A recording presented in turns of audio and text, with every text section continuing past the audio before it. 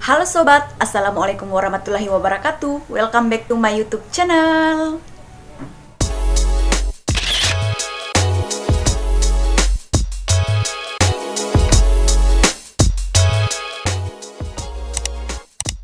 Jadi di video kali ini sesuai dengan judulnya kalian sudah lihat, aku bakal kasih tahu ke kalian tips agar seminar skripsi kalian itu lancar.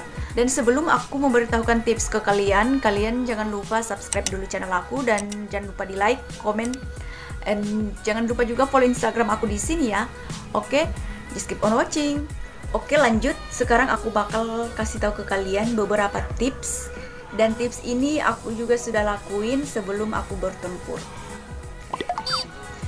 Dan tips yang pertama itu kuasai materi skripsi. Ini sudah pasti ya, yang kalian harus lakukan itu harus kalian kuasai materi skripsi kalian.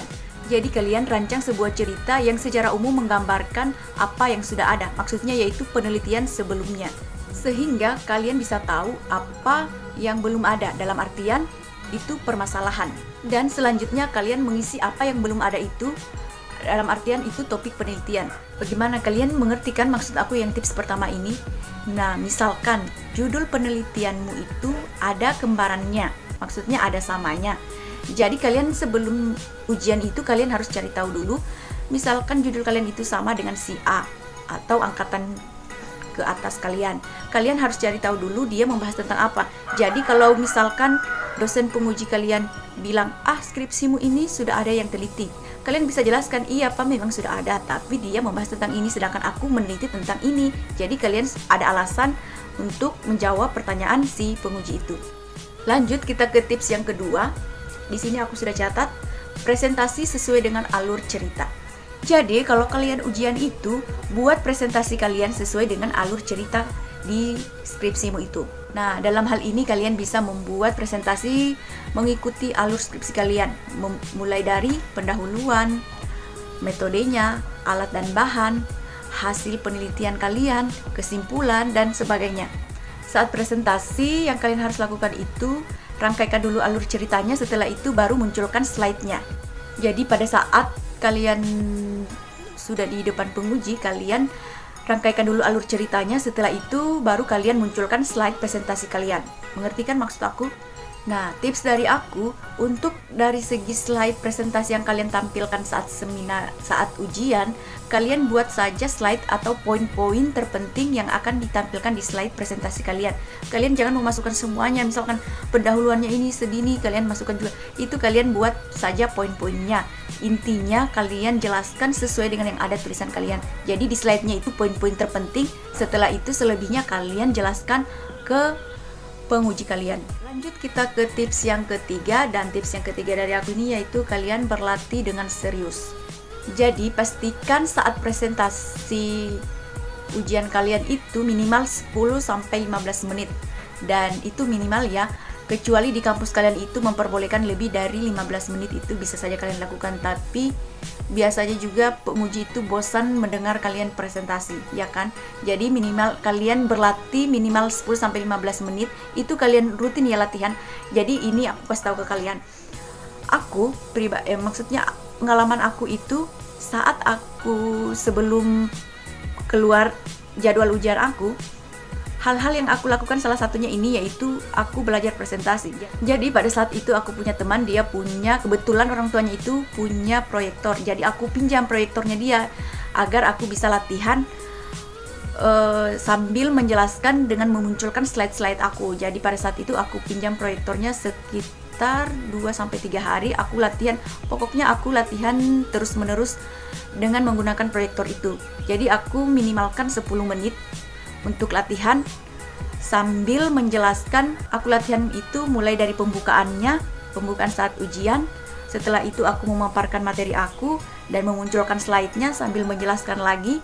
Seperti itu, aku pokoknya latihan sebelum keluar jadwal ujian aku. Jadi pada saat aku ujian itu aku tidak terlalu grogi lagi pada saat ujian. Oke, aku bakal kasih tahu ke kalian tips yang keempat ini, dan tips yang keempat ini yaitu lakukan sesuai dengan latihan. Maksudnya, kan kalian sudah latihan. Jadi pada saat hari H, lakukan sesuai dengan apa yang kalian latihankan. Kayak contohnya aku tadi yang aku kasih tahu ke kalian, aku latihan menggunakan proyektor.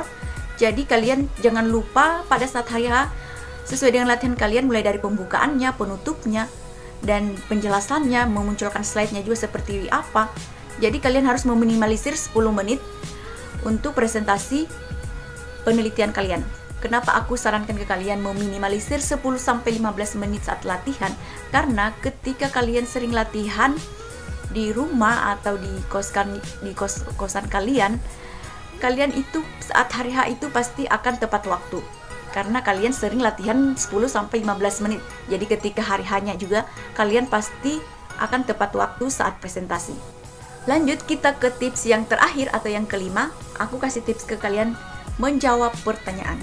Kalian harus tahu bagaimana cara menjawab pertanyaan. Nah, poin ini sangat penting bagi kalian yang sedang mau ujian. Kalian harus tahu ini. Jadi kalian harus lakukan, sampaikan terima kasih dan awalan menyetujui saat menjawab pertanyaan. Dan kalian harus merespon sanggahan dari penguji kalian. Nah, di sini aku bakal kasih contoh cara menjawab yang menurut aku lumayan baik ya, menurut aku. Nah, kalian bisa bilang ke dia misalkan, betul yang Bapak bilang tentang penelitian si A. Tetapi di sisi lain ada fenomena sehingga penelitian si A seperti ini. Terus saat kalian menjawab pertanyaan, kalian harus menggunakan kalimat yang positif dan jangan lakukan kalimat bantahan. Mengerti kan? Contoh ini aku bakal kasih ke kalian. Jangan memulai jawaban dengan frase tapi kan dan bukan begitu. Ingat, jangan buat frase tapi kan atau bukan begitu. Ingat dua frase itu, dan bukan hanya dua frase yang aku sebutkan itu juga. Masih banyak frase-frase yang lain yang membuat penguji itu bisa geram ke kalian. Misalkan kalian ditanya seperti ini, apa benar penelitian kamu ini seperti ini? Terus kalian jawab, sepertinya begitu Pak, atau kayaknya seperti ini Pak. Kalian jangan menggunakan kalimat atau kata sepertinya atau kayaknya, karena kata tersebut itu menandakan bahwa kalian tidak yakin dengan tulisan kalian. Karena pengalaman, ada teman aku ujian, pas ditanya tentang tulisannya, dia jawabannya menggunakan kata sepertinya Pak, seperti itu. Kalian tahu apa yang dilakukan oleh penguji, apa yang dilontarkan kata-kata oleh penguji kepada teman aku itu. Penguji itu bilang, kenapa kamu menjawab pakai kata kayaknya?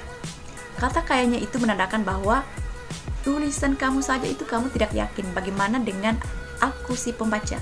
Jadi saran aku itu kalian jangan melontarkan kata-kata atau frase-frase yang negatif yang membuat penguji kalian itu bisa geram ke kalian. Oke? Nah, semoga tips yang aku kasih ke kalian ini bisa bermanfaat buat kalian yang bingung saat mau ujian. Kalian ikuti aja trik ini. Semoga bermanfaat buat kalian. Thank you for watching. See you on my next video. Bye!